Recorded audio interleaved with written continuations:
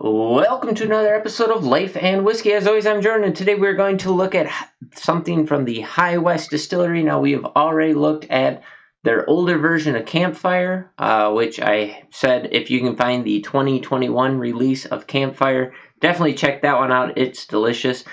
We did the 2021, 2020, and 2019 Rendezvous Rise.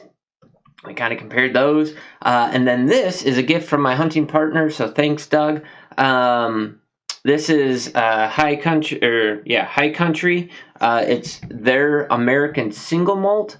Yeah, we'll get into that a little bit. This is batch number 21J22. Let's see, do we need to know anything about this?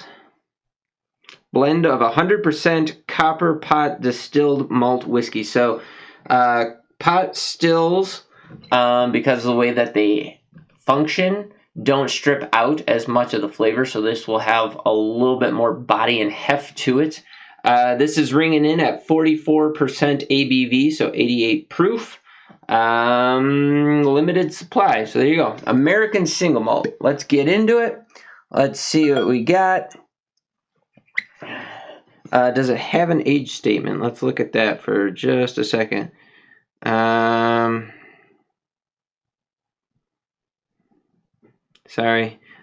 Aged a minimum of 2 years. So if it's a minimum of 2 years, I'm going to guess the majority of whiskey in there is going to be 2 years, which means it's a fairly young whiskey. Which, if you remember, I did the Pine Bluffs Distillery here in Wyoming. They had a single malt. It was only 6 months. That's the one that if you watch, I say it smelled like vomit to me. It has an overwhelming smell of vomit. Very acidic, grassy, exactly like vomit. That one is what I have sitting in this jar right here with some oak in it. We'll come back to that. It's been sitting since April 24th, 2021. So we're approaching a year of it sitting on oak. And I periodically sample that, and it is getting better and better with each day. So it just really needed to sit a lot longer. Now on the nose, I get a little bit of banana peel, like green banana peel, where you get that starchy component. There's a little bit of sweet and a little bit of maltiness to it, but not a whole lot. Man, banana peel, that starchy banana peel is really, where you get that green smell. That is what is dominating right now. Almost a little bit of grain dust. Not a whole lot. There's just a couple of light fruit notes in there. If you try really hard, maybe an apricot. And a hint of sweet, a hint of vanilla sweet. On the taste.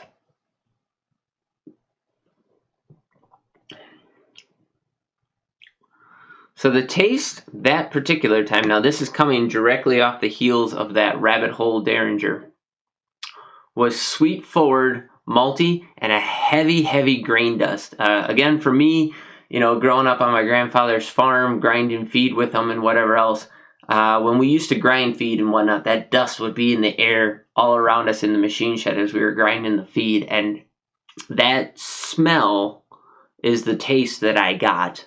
Or being in my uncle's silo room as I was, bringing like high moisture corn out of the silo or something like that. Very distinct to me. I'm sure that doesn't mean much to you, but it was very grain forward on the taste. Yeah, very nice, light grain forward, a little bit of peanut dust, a little hint of sweet honey in there, but it has a dry, tannic background to it. Now, have opened this bottle before. I was prepared to say something a little negative towards this. The first several sips that I had out of this bottle, it had almost a pancake syrupy viscosity on the palate, like the mouthfeel for it. I'm not getting that at all. It's more of a dry mouthfeel now. It had a very tannic, harsh bite to it. There are a lot of things that I didn't really like about this to start with. And now coming back to this, all of a sudden, those things that I didn't like are gone. I'm not finding them at all. So I don't know, like, if you've ever taken cheap whiskey. A roommate of mine, when I used to live in North Dakota, excuse me, he used to take Black Velvet. That was his drink of choice, and he kept it in the freezer. And whenever I tried it, because it was, the bottle itself wasn't frozen, but because the viscosity changed due to the water in there freezing out a little bit, it just had that same mouthfeel and that same harsh bitiness that you picked up from like a frozen whiskey. And I'm wondering if maybe because when my hunting partner came, this might have froze at some point or something like that, that it kind of fractured the whiskey a little bit. And now, a month later, it's starting to, and I've shook it a couple times because it literally had a viscous cap on it. And I'm wondering if now I've shook it, I've drank a little bit, have a little bit of air in there, the temperature stabilized for a month or so, if that is now helping out and kind of putting that whiskey back together. If you haven't already, check out the Whiskey Tribe on YouTube. They did an episode where they froze whiskey to see if it changed flavor, and 100% there was a distinguished and noticeable difference for frozen whiskey. So that might have been a thing. I don't know. But now, coming back to this, this is probably the third time I've tried this whiskey. It's a completely different whiskey, and all the negative things I was prepared to say I'm not finding. So that's good. But definitely the nose is green banana peel.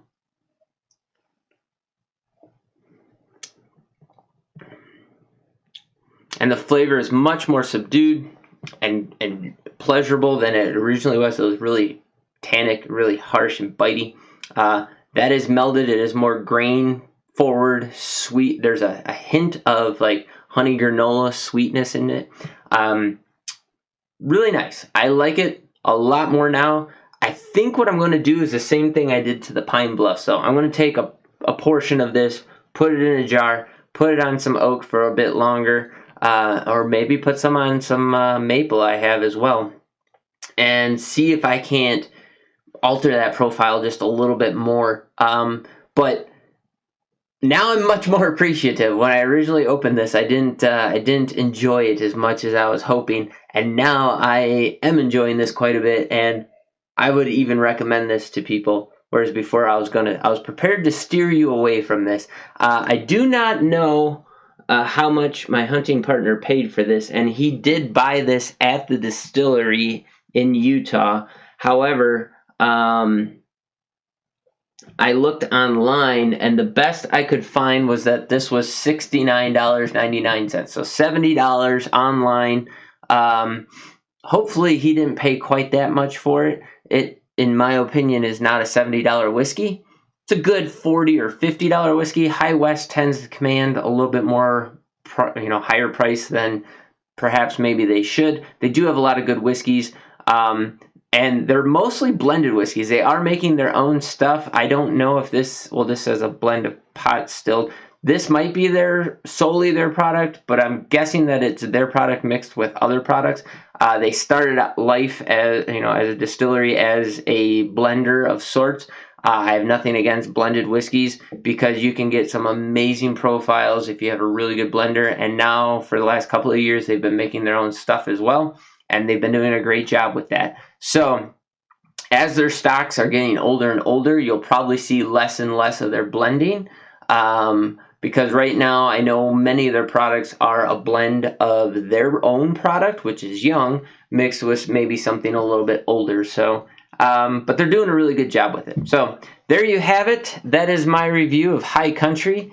It's getting better, right? So I don't know if it froze or not, but if it did, that might be part of the issue. If not, if it never did freeze, maybe a neck pour issue kind of a thing. I believe that that's actually a thing.